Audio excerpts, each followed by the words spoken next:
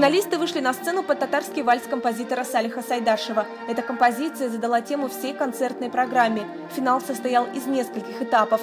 Первый интеллектуальный конкурс прошел в заочной форме накануне. Молодых людей проверяли на знание истории и культуры татарского народа. Второй конкурс «Визитка». Здесь участники представляли себя на татарском языке, показывая владение родным языком.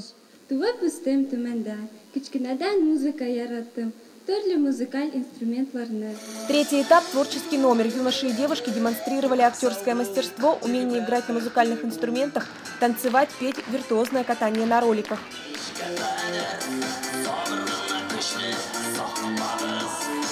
Финалист Марат Хабибулин пришел в конкурс, чтобы стать ближе к татарской культуре и традициям. 2 недели подготовки и теоретических знаний дали очень многое.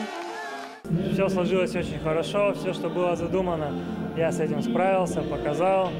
Все планы, которые были, планы, задумки, все воплотил. Финалистов поддерживали болельщики, особо активные зрители пришли с плакатами и дудками. Зал поделился на зоны фаворитов, а за кулисами конкуренции совсем не чувствовалось. Молодые люди сплотились во время подготовки. Объединить татарскую молодежь и воспитать их в любви к родной культуре – одна из задач организаторов. Мы всегда говорим, мы единая нация.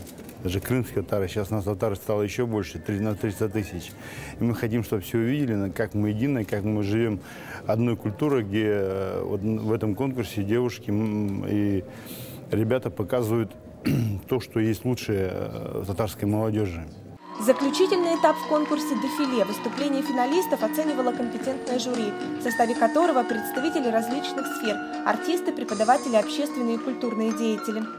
Мы выбирали именно качество, внутреннее качество татарское, чтобы они знали наши традиции, наш язык, нашу культуру и по мере сил помогали распространять ее среди нашего населения. В этом году география конкурса стала шире. Среди участников были жители Ханты-Мансийского округа и Республики Башкортостан. А наблюдать за конкурсом могли жители всего мира. Онлайн-трансляцию 7-го открытого регионального конкурса «Звезда Сибири» «Иджигит-2014» увидели более 40 тысяч человек из разных уголков мира. В результате «Звездой Сибири» и «Иджигитом 2014» стали Асия Сайдулина и Айдар Садыков.